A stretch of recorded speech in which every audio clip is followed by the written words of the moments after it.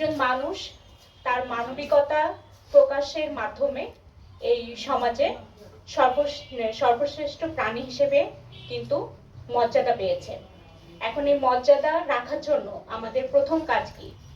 পরস্পরের প্রতি দায়িত্বশীলতা পরিচয় দেওয়া।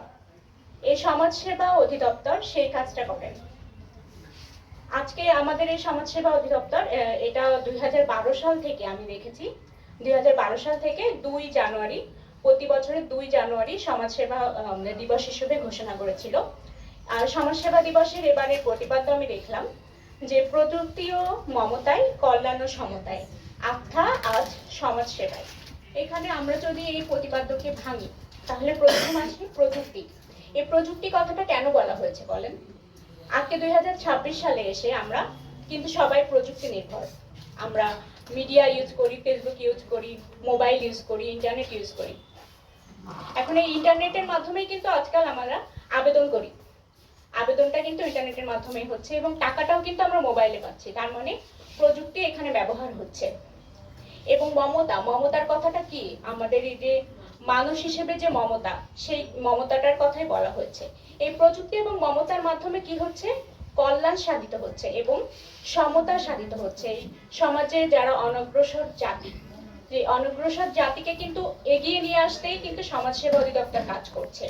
এখানে তাদের আমি দেখলাম তাদের 54টি স্কিম, 54টি হচ্ছে প্রকল্পের মাধ্যমে, কর্মসূচির মাধ্যমে তারা কিন্তু বিভিন্ন শ্রেণীর পিছিয়ে পড়া জনগোষ্ঠীকে তারা এগিয়ে নিয়ে আসার জন্য কাজ করে যাচ্ছে।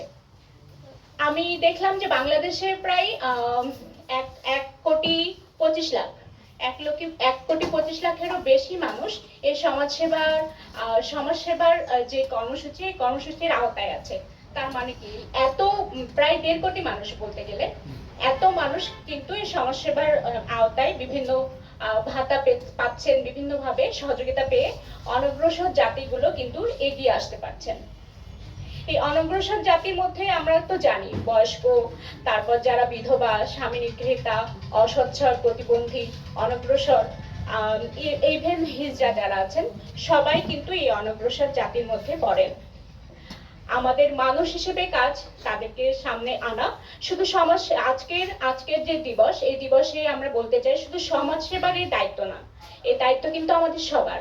আমাদের শ্রদ্ধেয় বীর মুক্তিযোদ্ধা উনি বলেছেন যে একজন আছেন যিনি হচ্ছে প্রকৃত প্রতিবন্ধী নয়, তিনি ভাতা পাচ্ছেন। আমার কথা হচ্ছে যে আসল প্রতিবন্ধী সে যেন ভাতা পায়, সে যেন এমন কোনো প্রতিবন্ধী না থাকে যে প্রতিবন্ধী ভাতা পাচ্ছে না, এমন যেন কেউ আমাদের সমাজে না থাকে। আমরা সেটা অবশ্যই যেন গুরুত্ব সহকারে দেখি।